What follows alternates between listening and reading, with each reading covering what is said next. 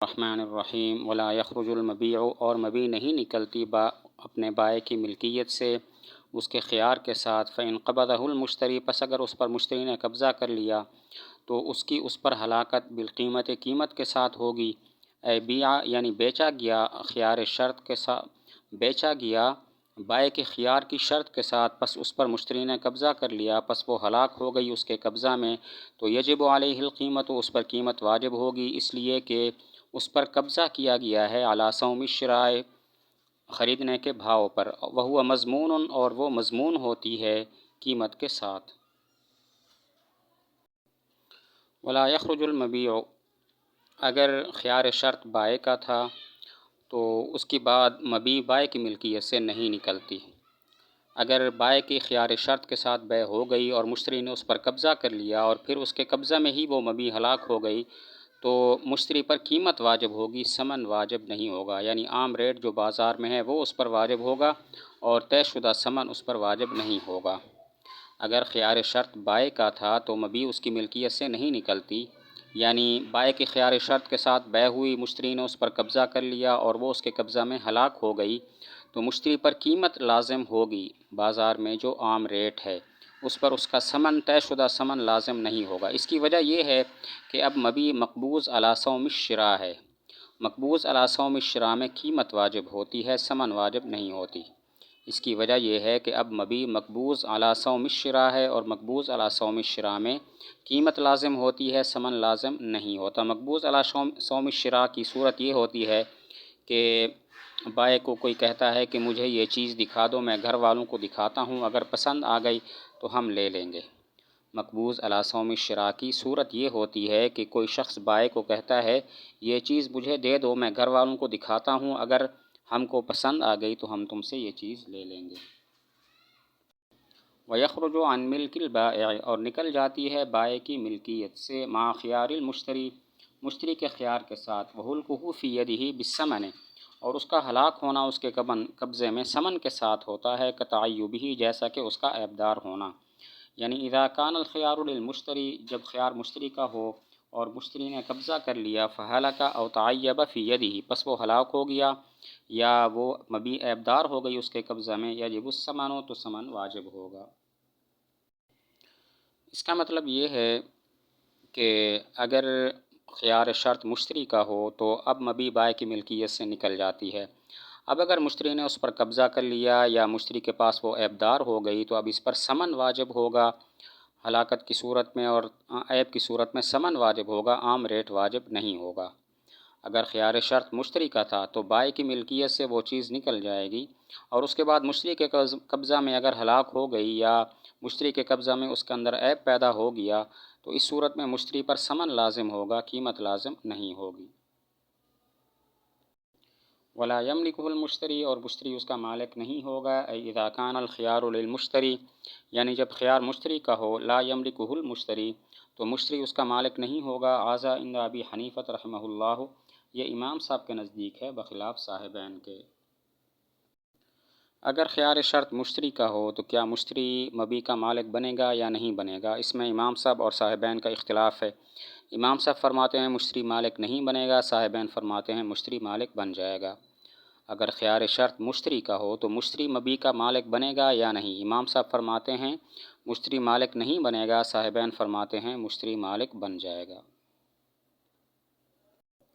وثمرۃ الخلاف، اور اختلاف کا ثمرہ، تظہر فی ہذہ المسائل، ظاہر ہوتا ہے ان مسائل میں، وہی، اور وہ مسائل ہیں، قولہ، مصنف کا قول، فشراء عرسہ بالخیار، پس اس کا اپنی بیوی کو خریدنا خیار کے ساتھ، لا یفسد نکاحہ، نہیں فاسد کرتا اس کے نکاح کو، عند ابی حنیفہ رحمہ اللہ، امام صاحب کے نزدیک، لعدم الملک، بوجہ ملکیت کے نہ ہونے کے، وعندہما یفسدہ، اور صاحبین کے نزدیک اس کو فاسد کر دیتا ہے۔ وَإِنْ وَطِئَهَا رَدَّهَا، اور اگر اس نے اس سے ہم بستری کی تو اس کو واپس کر دے، لِأَنَّهُ بِالنِّکَاحِ، اس لیے کہ یہ نکاح کی وجہ سے ہے، إِلَّا فِي الْبِكْرِ، مگر باکرہ میں، أي إِنْ وَطِئَهَا الْمُشْتَرِي، یعنی اگر اس سے ہم بستری کی مشتری نے، فی ایام الخیار، ایام خیار میں، یملک ردها عند ابی حنیفہ رحمہ اللہ تعالی، مالک ہوگا اس کو واپس کرنے کا امام صاحب کے نزدیک، لأن الوطیہ بالنکاح، اس لیے کہ وطی نکاح کی وجہ سے ہے، فلا یکون اجازتاً، تو یہ اجازت نہیں ہوگی، الا ان تکون بکرن، مگر یہ کہ وہ باکرا ہو، لأنہ نقصھا بالوطی، اس لیے کہ اس نے اس کو عیبدار کر دیا ہے وطی کی وجہ سے، فلا یملک الرد، پس وہ مالک نہیں ہوگا واپس کرنے کا، وعندہما، اور صاحبین کے نزدیک، لا یملک الرد، وہ مالک نہیں ہوگا واپس کرنے کا، وان کانت سیبا،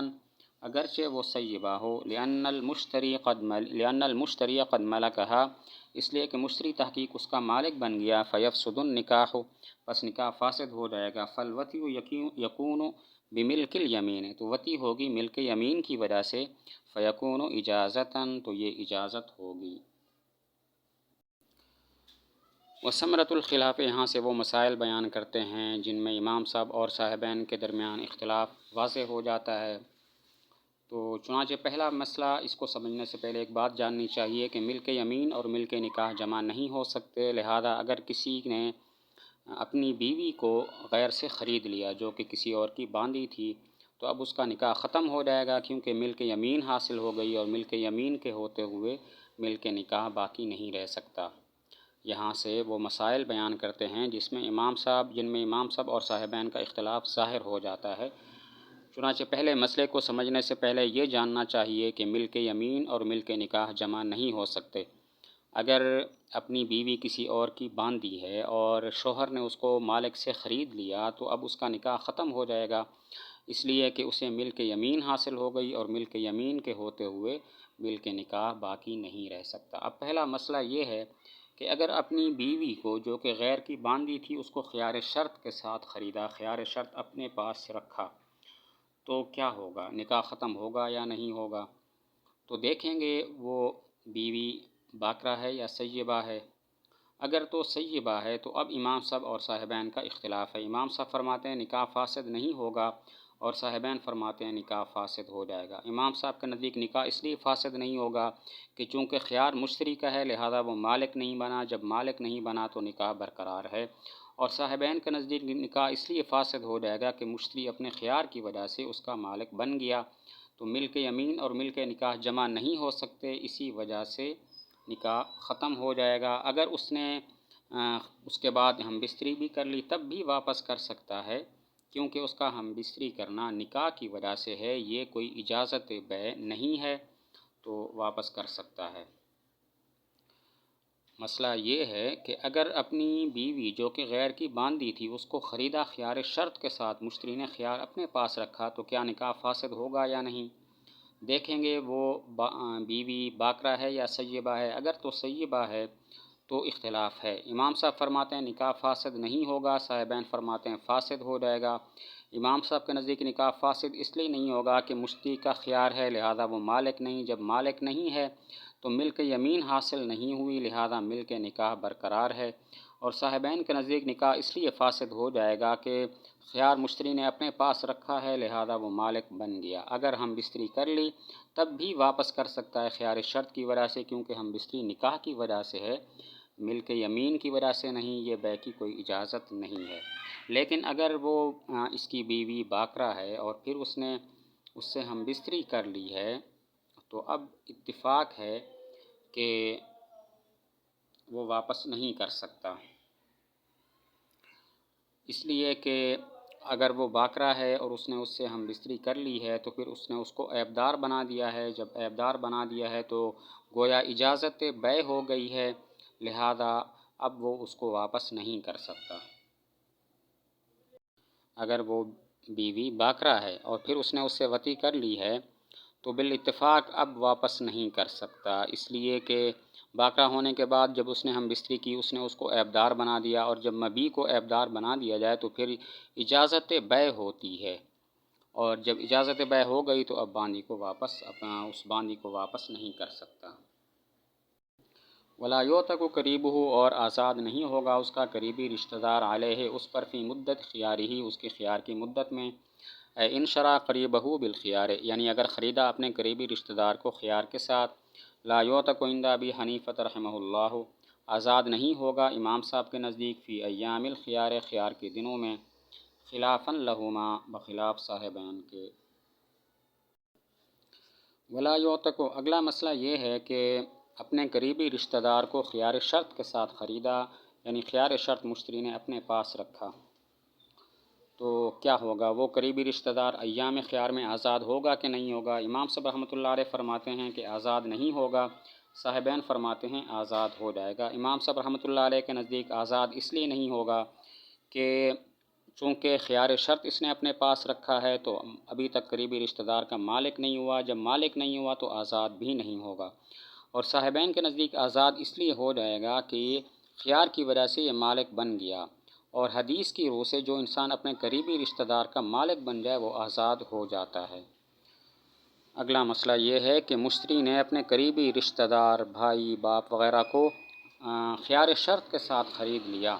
تو ایام خیار میں وہ اس پر آزاد ہو جائے گا یا نہیں ہوگا؟ امام صاحب فرماتے ہیں آزاد نہیں ہوگا، صاحبین فرماتے ہیں آزاد ہو جائے گا۔ امام صاحب کے نزدیک وہ آزاد اس لیے نہیں ہوگا کہ وہ خیار چونکہ اس نے اپنے پاس رکھا ہے تو مالک نہیں، جب مالک نہیں تو وہ آزاد بھی نہیں ہوگا۔ اور صاحبین کے نزدیک اس لیے آزاد ہو جائے گا کہ خیار کی وجہ سے مشتری اس کا مالک بن گیا ہے، لہٰذا حدیث کی روح سے کہ جو آدمی اپنے قریبی رشتہ دار کا مالک بن جائے وہ اس پر آزاد ہو جاتا ہے، لہٰذا یہ قریبی رشتہ دار بھی آزاد ہو جائے گا۔ وَلَا مَنْ شَرَاهُ قَائِلًا، اور نہ وہ آزاد ہوگا کہ جس کو اس نے خریدا یہ کہتے ہوئے ان ملکت عبدًا فهو حر، اگر میں کسی غلام کا مالک ہوا تو وہ آزاد ہے۔ قال یعنی کہا ان ملکت عبدًا فهو حر، اگر میں کسی غلام کا مالک ہوا تو وہ آزاد ہے۔ فشراه بالخيار، بس اس نے اس کو خرید لیا خیار کے ساتھ۔ لا يعتق في ایام الخيار، تو وہ آزاد نہیں ہوگا ایام خیار میں، امام صاحب کے نزدیک لعدم الملک، بوجہ ملکیت کے نہ ہونے کے۔ اگلا مسئلہ یہ ہے کہ کسی آدمی نے یہ کہا ان ملکت عبدًا فهو حر، اگر میں کسی غلام کا مالک ہوا تو وہ آزاد ہے، اور پھر اس نے کسی غلام کو خیار شرط کے ساتھ خریدا، یعنی خیار شرط اپنے پاس رکھا، تو کیا وہ آزاد ہوگا؟ امام صاحب فرماتے ہیں ایام خیار میں وہ آزاد نہیں ہوگا، صاحبین کے نزدیک آزاد ہو جائے گا۔ امام صاحب کے نزدیک آزاد اس لیے نہیں ہوگا کہ وہ مالک نہیں بنا خیار شرط کی وجہ سے، اور صاحبین کے نزدیک اس لیے آزاد ہو جائے گا کہ خیار شرط کے باوجود وہ مالک بن گیا تھا۔ اگلا مسئلہ یہ ہے کسی نے کہا ان ملکت عبدًا فهو حر، اگر میں کسی غلام کا مالک ہوا تو وہ آزاد ہے، پھر اس نے کسی غلام کو خرید لیا خیار شرط کے ساتھ، خیار شرط اپنے پاس رکھا، تو کیا وہ آزاد ہوگا؟ امام صاحب فرماتے ہیں ایام خیار میں وہ آزاد نہیں ہوگا، صاحبین فرماتے ہیں آزاد ہو جائے گا۔ امام صاحب کے نزدیک آزاد اس لیے نہیں ہوگا کہ وہ مالک نہیں بنا کیونکہ خیار اپنے پاس رکھا تھا، اور صاحبین کا نزدیک وہ آزاد اس لیے ہو جائے گا کیونکہ خیار اس نے اپنے پاس رکھا تھا، اس کے باوجود وہ مالک بن گیا۔